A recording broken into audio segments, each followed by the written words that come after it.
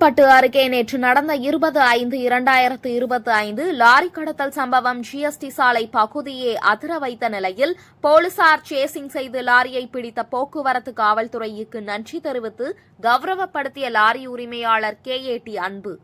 சென்னையை அடுத்த கேளம்பாக்கம் பகுதியில் அன்பு என்பவர் சொந்தமாக லாரி வைத்துள்ளார். இவரது ஓட்டுநர் நேற்று காலை மேல்மருவத்தூர் பகுதி கல்குவாரியில் இருந்து லாரியில் ஜல்லிக்கற்களை ஏற்றிக்கொண்டு சென்னை திருச்சி தேசிய நெடுஞ்சாலையில் குன்றத்தூர் நோக்கி சென்று கொண்டிருந்தார். அப்போது செங்கல்பட்டை அடுத்த பரனூர் சுங்கச்சாவடியில் வண்டி வந்தபோது ஃபாஸ்டிராக்கில் போதிய பணம் இல்லாததால் சுங்கச்சாவடியை கடக்க முடியாமல் இருந்துள்ளார். இதனைத் தொடர்ந்து லாரியை ஓரங்கட்டிய டிரைவர் உடனடியாக இதுகுறித்து உரிமையாளர் KAT அன்புவிற்கு தகவல் தெரிவித்துள்ளார்.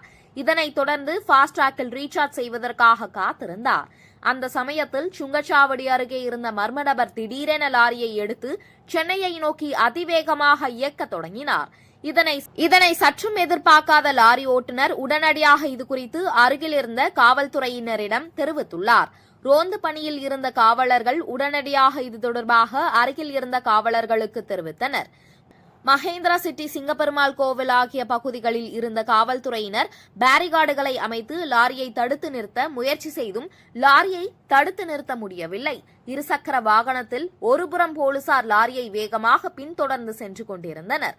அப்போது இருசக்கர வாகனத்தில் சென்ற போக்குவரத்து காவல் சிறப்பு ஆய்வாளர் பாலமுருகன் என்பவர் லாரியை பிடித்து தொங்கியபடி 5 கிலோமீட்டர் தூரத்திற்கு விரட்டி சென்று மறைமலை நகர் ரயில் நிலையம் அருகே லாரியை மடக்கி பிடித்தனர். மர்ம நபர் தடுப்பு மீது மோதி நிறுத்திவிட்டு தப்பிச் செல்ல முயற்சி செய்தபோது போக்குவரத்து காவல்துறையினர் சுற்றி வளைத்து கைது செய்தனர். போக்குவரத்து காவலர்கள் சுமார் 15 கிலோமீட்டர் தூரத்திற்கு துரத்திச் சென்று சம்பந்தப்பட்ட நபரை கைது செய்தது சினிமா காட்சி போல இருந்தது. இதனைத் தொடர்ந்து இச்சம்பவத்தில் திறமையுடன் செயல்பட்ட போக்குவரத்து காவல்துறையினரை நேரடியாக சந்தித்த அந்த வாகனத்தின் உரிமையாளர் KAT அன்பு தமிழ்நாடு முதலமைச்சருக்கும் மனமார்ந்த நன்றியையும், சிறப்புடன் பணியாற்றிய போக்குவரத்து காவலர் முருகன் மற்றும் போக்குவரத்து காவல்துறையினரை பாராட்டி கௌரவித்தனர்.